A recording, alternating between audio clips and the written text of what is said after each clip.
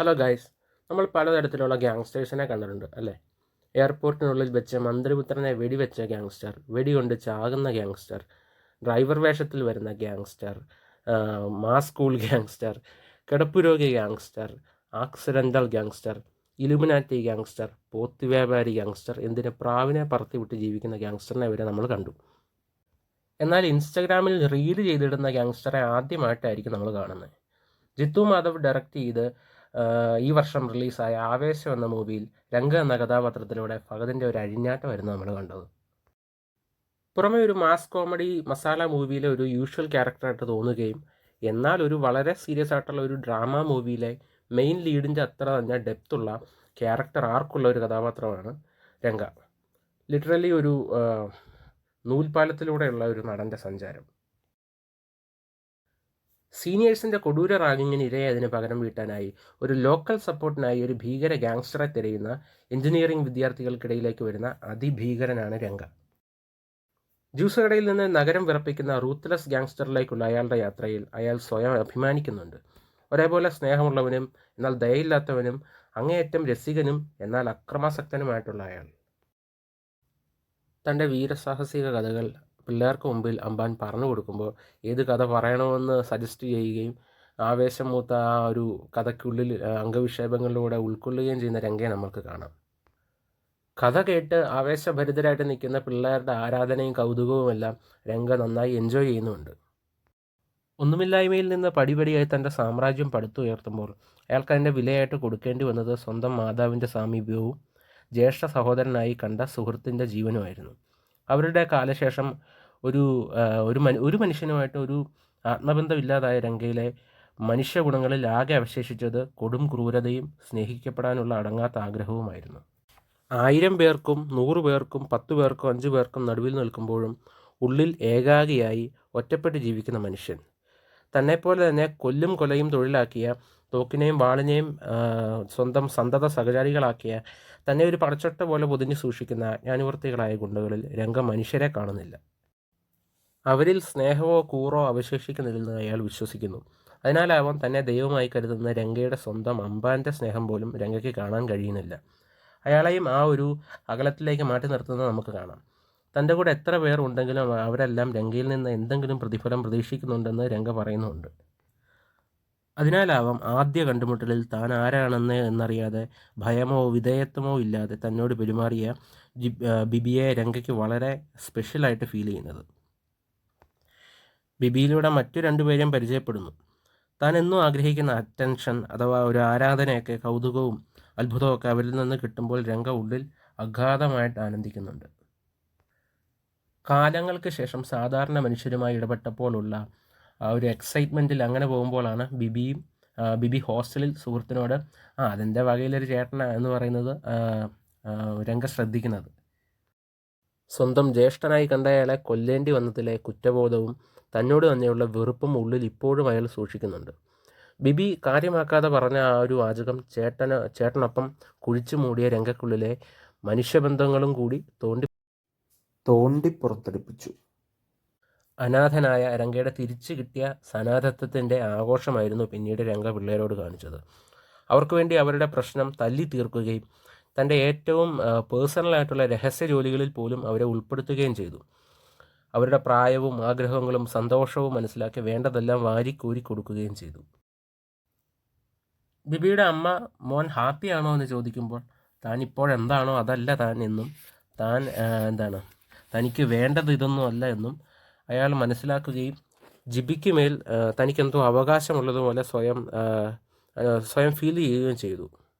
ബിബിയുടെ അമ്മയുടെ ഫോൺ കോളും അതേ തുടർന്നുണ്ടായ അവരുടെ അന്വേഷണവുമെല്ലാം താൻ ഒരിക്കൽ ഇഗ്നോർ ചെയ്ത തനിക്ക് നഷ്ടപ്പെട്ടു പോയ അമ്മയെയാണ് രംഗയിൽ ഓർമ്മയുണർത്തുന്നത്. രംഗ എന്ന കഥാപാത്രത്തിൻ്റെ സ്വഭാവത്തിൽ പിന്നീട് അടിമുടി മാറ്റങ്ങൾ ഉണ്ടാകുന്ന നമുക്ക് കാണാൻ പറ്റും.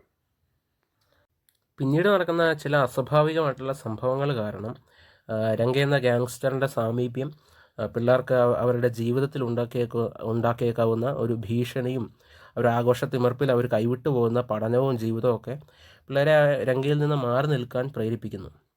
പക്ഷേ അത് രംഗയെ തകർത്ത് കളയുന്നു. കാരണം നഷ്ടപ്പെട്ടെന്ന് കരുതിയ കാര്യങ്ങൾ പെട്ടെന്നില്ലാതാകുമ്പോൾ അയാൾ വീണ്ടും ആ പഴയ മൃഗമായി മാറുന്നു. ആരോടൊന്നില്ലാതെ ആ പേടിയും ദേഷ്യവും ഒരു കുട്ടിയെപ്പോലെ തീർക്കുമ്പോഴാണ് പിള്ളേർ വീണ്ടും അയാൾക്ക് മുന്നിൽ നിന്ന് അയാളെ തള്ളിപ്പറയുന്നത്. ആ സീനിൽ രംഗയ്ക്കുള്ളിൽ അവശേഷിക്കുന്ന രണ്ടേ രണ്ട് സ്വഭാവ ഗുണങ്ങൾ ഒരു ബോംബ് പോലെ പൊട്ടിത്തെറിക്കുന്നുണ്ട്. താൻ അപകടകാരിയാണ്, തൻ്റെ സാമീപ്യം പോലും അപകടമാണ്, ശല്യപ്പെടുത്തരുത്, വെറുതെ വിടണം എന്നൊക്കെ ബിബി വെട്ടിത്തുറന്ന് പറയുമ്പോൾ അയാൾ വീണ്ടും അനാഥനായി. എന്നാൽ ഉള്ളിലുള്ള വേദന പുറത്ത് കാണിക്കാതെ തൻ്റെ സ്ഥിരം ഒരു ഒരു ക്രൂരഭാവത്തിൽ അയാൾ, ഒരു ക്രൗര്യഭാവത്തിൽ അയാൾ അവരോട് പെരുമാറി തിരിഞ്ഞു നിൽക്കുന്നു. രംഗയുടെ മുഖം നമ്മളപ്പോൾ കാണുന്നുണ്ട്. അതാണ് രംഗ എന്ന ഒരു നാണയത്തിൻ്റെ ഒരു വശം.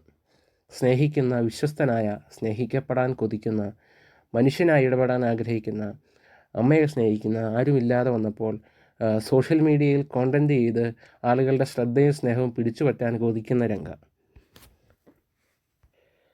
കൂടെ നിൽക്കുന്നവൻ്റെ ഉള്ളു തിരിച്ചറിയുന്ന രംഗ. ജീവൻ പണയം വെച്ച് ആപത്തിലേക്ക് ഓടിക്കയറുന്ന രംഗ. പെട്ടെന്ന് തൻ്റെ ശത്രുവിൻ്റെ കെണിയിലേക്കാണ് താൻ കയറി വന്നതെന്ന് മനസ്സിലാക്കുന്ന രംഗ ആദ്യം ശ്രമിക്കുന്നതും പിള്ളേരുടെ സേഫ്റ്റി ഉറപ്പുവരുത്താനാണ്.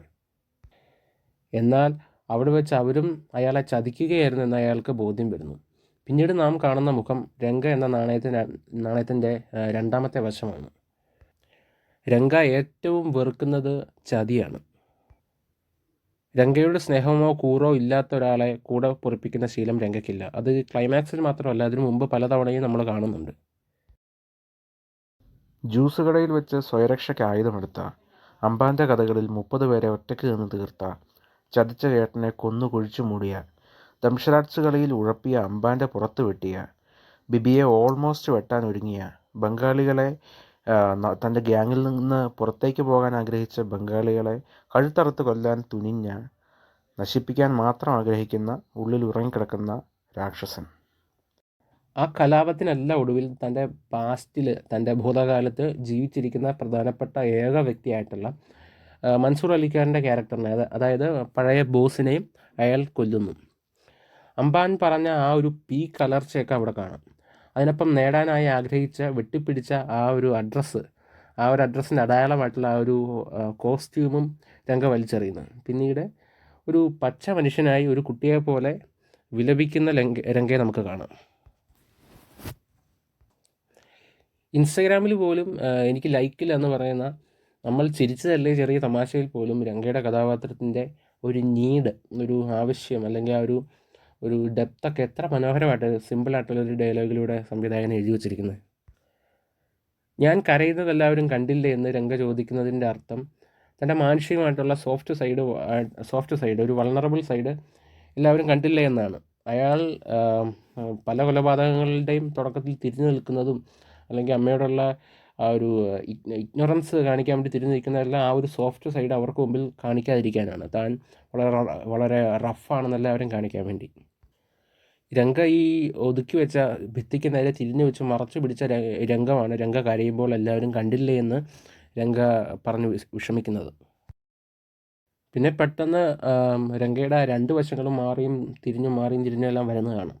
നമ്മുടെ ഷൈനിങ് സിനിമയിലെ ജാക്ക് നിക്കോൾസൻ്റെ ക്യാരക്ടർ പോലെ കൊലപാതകത്തിന് അടുത്ത് വരെ എത്തി കഥക് ഒരു കോടാലിയോ മറ്റോ വെച്ച് വെട്ടിപ്പൊളിക്കുന്ന രംഗയെ പിന്നോട്ട് വലിക്കുന്നത് ബിബിയുടെ അമ്മയുടെ കോള് വരുമ്പോൾ ആ റിംഗ് ടോണായ KGFലെ മദർ സെൻറ്റിമെൻറ്റ്സ് ടൂണാണ്.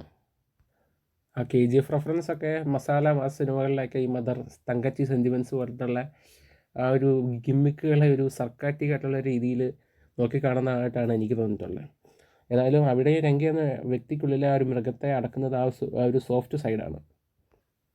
ഏതായാലും ആവേശം പോലൊരു പക്കാ കമേഴ്ഷ്യൽ മൂവിയിൽ ഇങ്ങനെ ഒരു കഥാപാത്രത്തെ കാണാൻ സാധിച്ചതിൽ തന്നെ വളരെ സന്തോഷമുണ്ട്.